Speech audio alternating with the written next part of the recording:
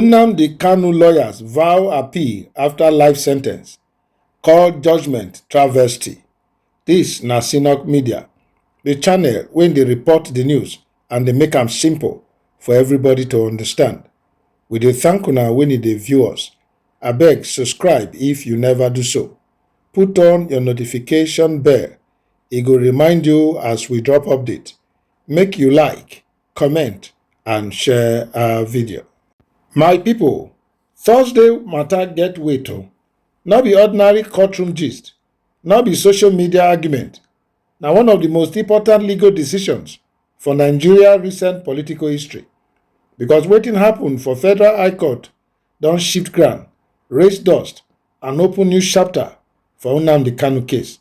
Make we yarn am the way e be, slowly, clearly and balanced, so everybody go fit understand wetin really transpire. Around the time Justice James Omotosho return to deliver final sentence, tension full everywhere. Supporters dey outside, security tight, lawyers dey arrange their papers, journalists dey ready recorder. As the judgment drop, life imprisonment, the courtroom freeze, some faces change, some whispers begin, but the real drama no even start until the lawyers come outside. Aloy Ejimakor, wey show as consultant for defense team, no waste time. For the press briefing, im talk with strong chest. We dey go court of appeal. This judgment no hold water. Can be grounded in law, logic, or fact. We disagree with the judgment vehemently, and we are going to fight it from here onwards until justice is done. Channels, your mic. Channels, the mic should go down.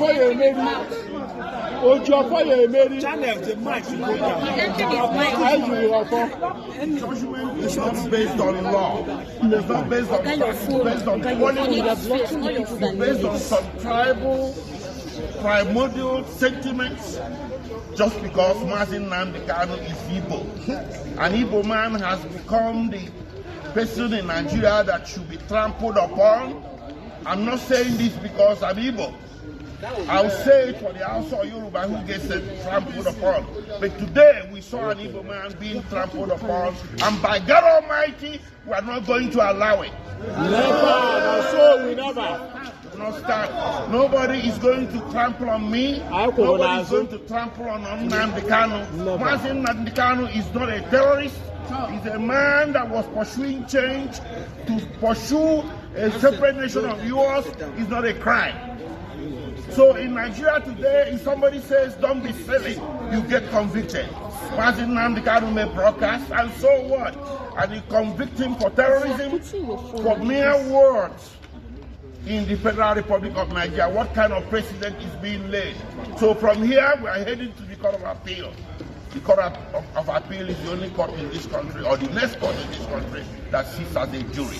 We are going to approach the justices there to check out what happened in court today. And we are pretty sure the justices will agree with us that today was the symbol of the travesty of justice that everybody has been suspecting all along. If the Court of Appeal disagrees with us, we head to the Supreme Court. But by God Almighty, Nnamdi Kanu is not going to stand convicted. He's going to get overturned. Thank you. He talk say Nigeria not supposed to dey set precedent where man go dey convicted based on spoken words wey not get connection to any violence for evidence. He ask question, how you go convict person for statement wey not tied to any slap, talk less of terrorism? Ejimakor point out three major arguments. The broadcast wey dem use against Kanu not get physical link to any violent act. Prosecution not show connection between wetin Kanu talk and any confirmed incident. Sentence too broad, too strong, and not match the evidence wey court see.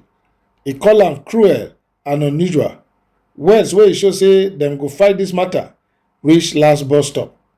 Ejimakor talk say Court of Appeal na the only court for this country wey dey sit like jury, meaning say dem dey review entire case, not just small technical points. So their plan be carry the full transcript, carry the evidence, carry the judgment, and tell the appeal court check wetin happen today, e no balance. If appeal court no agree, dem go Supreme Court sharp sharp.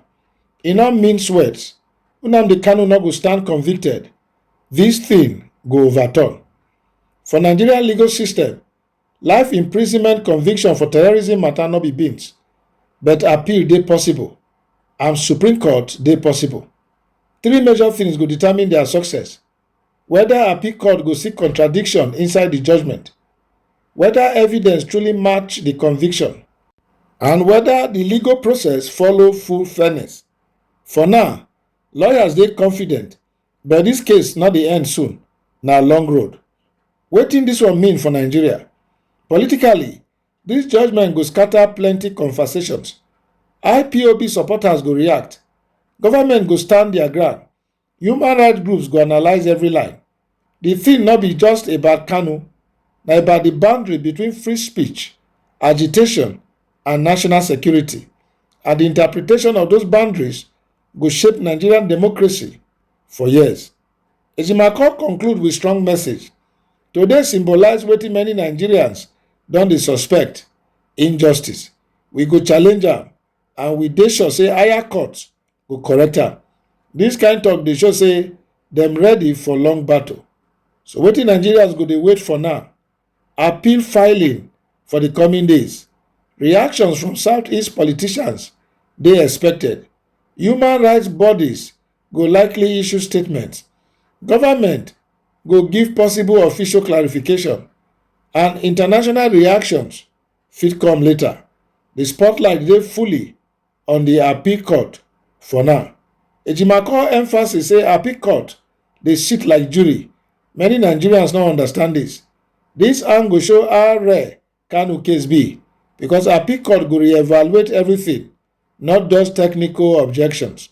If Kanu conviction stand based on spoken words alone, e fit set precedent wey go affect activists, journalists, and public speakers.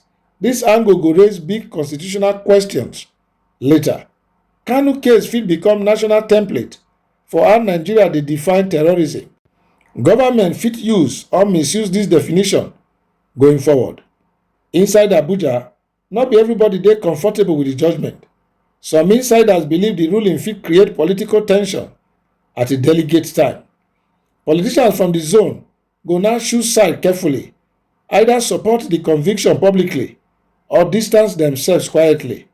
This angle go shape 2026-2027 political planning. One thing clear, this no be the end of the story. Nigeria don enter new chapter, and the next few months go decide whether this conviction stand or scatter for upper court. The lawyers don pull glove enter ring. The appeal court dey wait. The Supreme Court dey ahead like final mountain. But the question remain: if higher courts re-examine this case carefully, word for word, evidence for evidence, the truth wey go surface go surprise who? Because for Nigeria matter, the twist dey always hide for the place wey nobody dey look. And as this legal battle dey move to next stage, the eyes of the whole country and even outside go focus on one thing: is this judgment justice, or is this judgment something else entirely? Make una no go anywhere. More updates dey come, and we go break am down for una clearly, calmly, and without bias.